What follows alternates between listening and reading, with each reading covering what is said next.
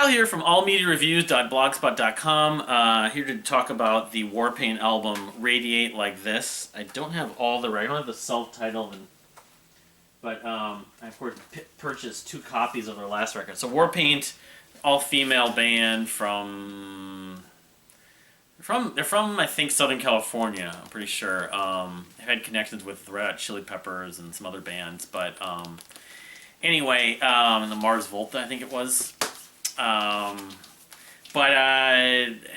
You know, they put out their last record they put out was Heads Up. That came out in 2016. You know, it was a big deal when I first discovered them in 2000, it was like 2008, with their Exquisite Corpse EP. All female band, very dreamy, very trippy, and they were good players. And so they put out their debut album in 2010, The Fool, which was a really well-received album, and I still enjoy and probably still consider their best full length. And they put out a self-titled album in 2013, which I have on vinyl, and I haven't gone back to in ages. I just remember being kind of disappointed in that, unfortunately. But this record, Heads Up, I enjoyed. And that was now 6 years ago. They put out a couple EPs and splits, which I've enjoyed as well. And so they put out also some singles over the last couple of years. This new album, I knew they were going to put out a new album eventually called Radiate Like This. It came out last Friday, May 6th.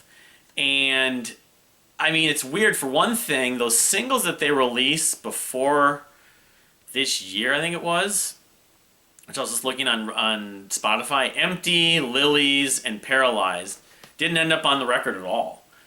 Which, now here, having heard the record about 3 times, I think it was a good idea. Because I think it's interesting though. I was listening to some of their other older songs, some of my favorites, like, you know, Heads Up, New Song, and Elephants, and a couple of other, I mean, Undertow. I can sort of understand why this album is the way it is, but it's definitely different.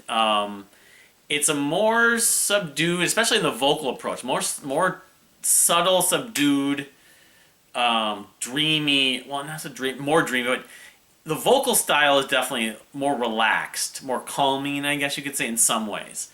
However, and I initially would probably be less thrilled because that's a little bit how the self-titled album came across to me, and I just didn't care for it that much. But this album, the songs seem to all offer something. It's weird. It's a little bit like, I was thinking of Foals? A little bit like the new Cloud Cold album too, but some of the Foals records where there's something in every song that you enjoy about the song. Maybe not beginning to end, you're like loving every single second of it, but especially I would say the second half, or the last 4 songs especially. There's a very organic, almost 70s vintage style sound to this. Very kind of what's the word? You know, where they're using piano and some of the bass lines. It's just, the atmosphere is so good, so mesmerizing.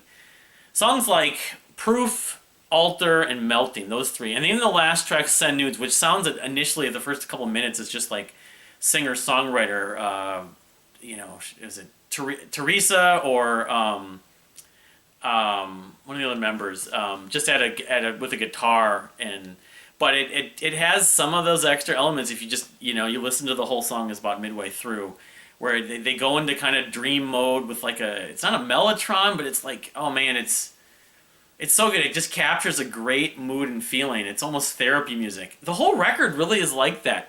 I guess you could, someone's accusing it of being a little bit one-dimensional, one note.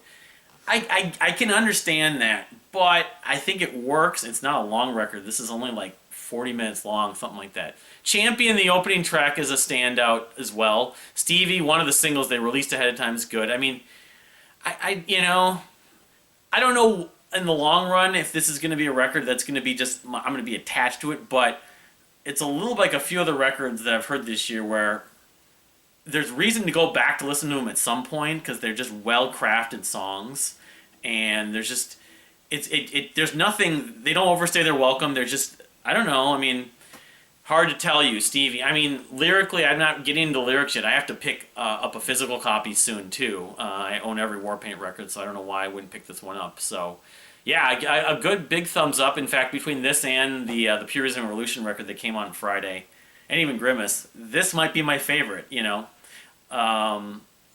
I'm not sure.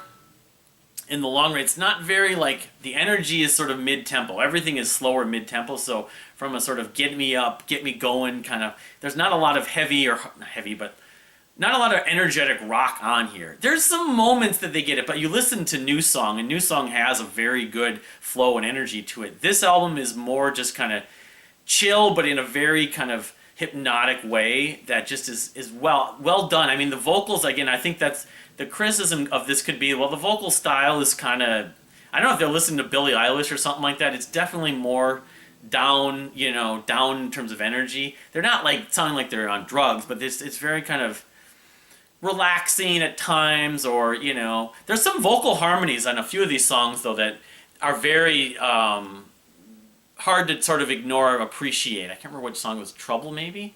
One of those songs in the second half. So yeah, I mean, this is my initial take on Radiate Like This from Warpaint.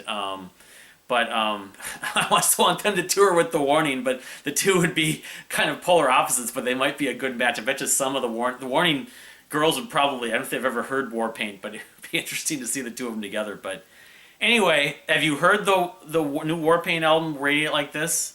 And what's your take? Why do you think those other singles should have been included? I don't think so. I think what they captured in this is perfect in a way. It's a lot like the first record, a lot like The Fool, in that The Fool, compared to Exquisite Corp, was a different style, different side to their sound. Now, if they put another record or two out that's kind of in this same vein, I'm going to kind of feel like this is kind of their new and almost sustained style, which, as a fan of this band, I especially love the Exquisite Corpse. I like it when they do rock out. I can see a lot of these songs though being very kind of fun to not rock out, but sort of just jam to at times, and you'd get kind of entranced in it. They would have more of even more life live.